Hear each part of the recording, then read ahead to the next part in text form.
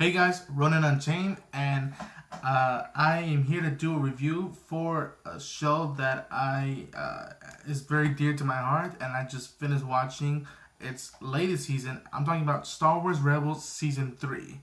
The Blu Ray came out, yes, it's been out for a couple days, I think about a week or so. But because of I had to travel for some family stuff and seeing the episodes, it took me a while to see it, but I have just finished watching it, and just gonna flat out saying that it is awesome. Season 3 is awesome.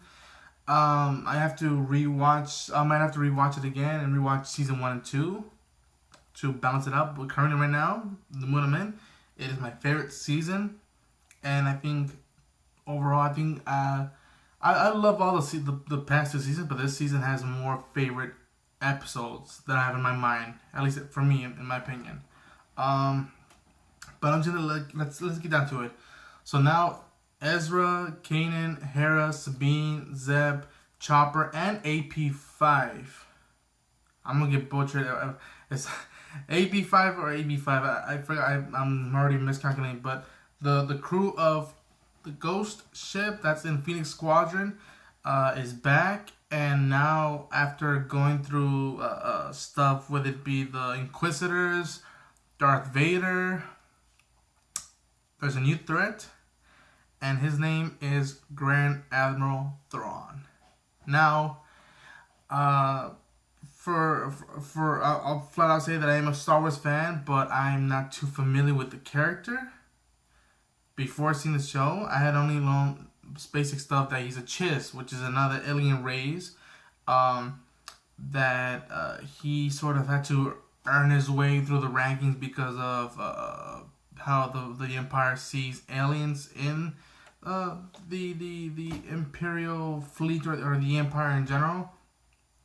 But because he's delivered a lot of times, the Emperor promoted him to Grand Admiral, and I gotta flat out say that for me, he was a standout character, in my opinion, of this season because of how intrigued I was. Even though I knew he would harm characters that I consider friends in the show, I felt his presence. I was fully intrigued in seeing what he would say, what he would do, what he would think of, what he would predict, what he would assume, and Lars Mikkelsen, who's the oldest brother of Mads Mikkelsen, did a phenomenal job. I mean, if you haven't seen it, go check out the Force Friday 2, the second anniversary or second edition of Force Friday. I specifically went out to go find a helmet of the Resistance, but along the way, I got myself a Black Series action figure of Grand Admiral Thrawn, which I knew I had to own something Thrawn that was not the books, and I was lucky enough to meet Timothy Zahn, who created Zahn this past Phoenix Comic Con. I got to meet him. I got him to sign all my books, whether it be his recent Thrawn book, which sucks to say that I haven't read it, but I want to read it into it, and even this, the Heir to the Empire trilogy, which is not canon anymore, but it basically proceeds what would have happened to the world of Star Wars after Return of the Jedi, and that Thrawn's the main villain in this series. But he's now included into what's now canon via Rebels. But yeah, standout Thrawn, phenomenal, and can't wait to see what he does say or do in season 4. Another thing that before I head off to everyone else is that the writing in the show was amazing, because one of the things that I kind of do now when I see an ensemble of cast, whether it be Star Wars, DC, Marvel, anything medium, is that at least I hope that each character gets enough screen time or enough time to shine, whether it be a show or a movie. They did something tricky in this show, which they did, and yet you didn't feel any unbalance. I mean, there was episodes that was heavily focused on Sabine, which I was so like, oh my gosh, like I can't believe, like this is amazing that she's shining, and I'm happy for the character, and I wanna root for her and hope she gets through her mess. Or there's scenes where Ezra and Kanan are bonding, yet there's still some tension between them, whether it be of what happens in the past events that happened in season 2, or Hera feeling more responsibility to be part of the rebellion, or just to bring more justice to the galaxy, and having to also take care of her own family, which is the crew of Ghost. I'm gonna flat out right now say that these are my favorite episodes of the season. I love the whole season, but these were the standouts that I'm like, oh, amazing episode. I actually think a couple of them I rewatched them just to appreciate it more. But some of my favorite episodes of season 3 are Hera's Heroes, Iron Squadron, Warhead, The Antilles Extraction, Trials of the Dark Saber, Legacy of Mandalore, Through Imperial Eyes, Secret Cargo, Double Agent Droid, Twin Sons, and the last two-parter episodes of the series, the finale of the season was 0 Hour, parts 1 and 2.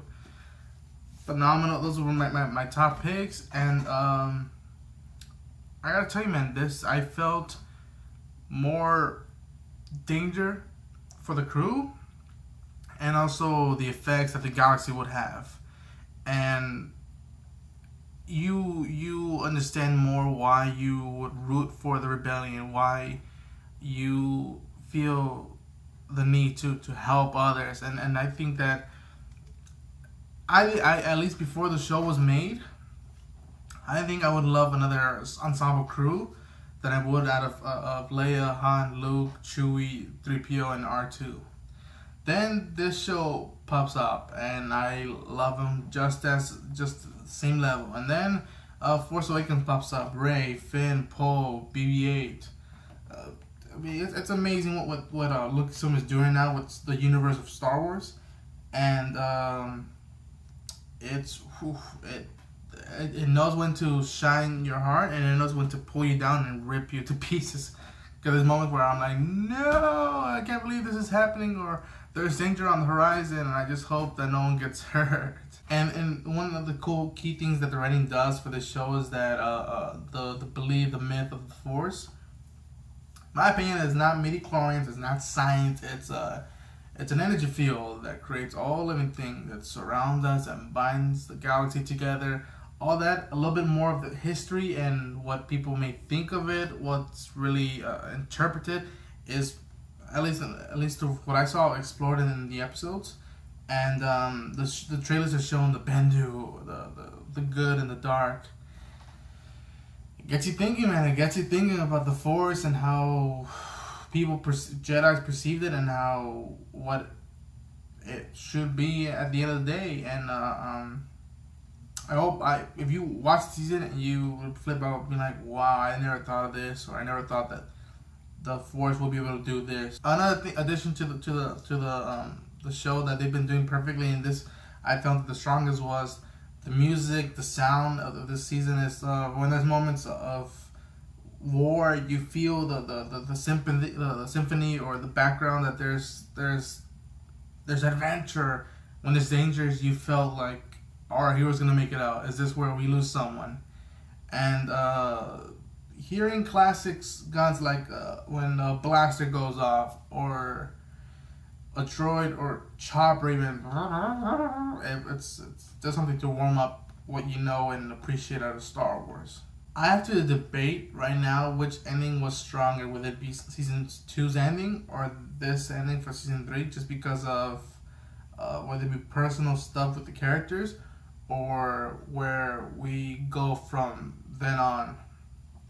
I'm still debating it. I might clinch into this ending is stronger, and that might be just my opinion, just to see if the repercussions of what happens, and without spoiling what happens in the last 2 episodes, just know that season 4, even though they've announced the finale, it's going to be very interesting to see where the crosses come together now, the paths come together now. It'd be very, very interesting to see where they go. To simplify it in terms of our crew and the people that surround them, you're going to cheer, you're going to cry, you're going to feel heartbroken, and you're going to see that you're gonna feel how far we've come from season 1 to season 3 and how strong this family has grown together. And I hope everyone appreciates that. But yeah, that's just my thoughts on season 3 of Star Wars Rebels. Another thing that I'll add on about the Blu Ray is also the special features. There's moments where they go into where the Rebel Alliance is in the show, or it's particularly in season 3, but where it's at, where it's come from, and where it's going. They talk about more depth history of Mandalore, writing Darth Maul and Obi-Wan Kenobi, Ben Kenobi, if you may have you, in this season, and bringing back an iconic character within the Star Wars universe fan base in Thrawn, and how Timothy Zahn is involved, and how I hope people really dug him, even if they're hardcore fans and new fans who are like me that didn't necessarily grow on Thrawn, but appreciates the ideas and what this character is and how menacing he is. But yeah, that's gonna be my review for Star Wars Rebels Season 3. If you guys like the review, hit the like button, subscribe for more content, post in the comments down below. What I'm planning on doing, which is now it's that the Inhumans, after each episode, I'm thinking about whether to do a review for like all the episode. Granted, you know, check out my Inhumans IMAX event review, and I'm gonna do my best to see if I could get some way to watch season 4 without waiting to watch it on Blu Ray and not get stuff spoiled, and just show what I thought about it. But yeah, hope you enjoy the video, and I'll see you guys in the next video.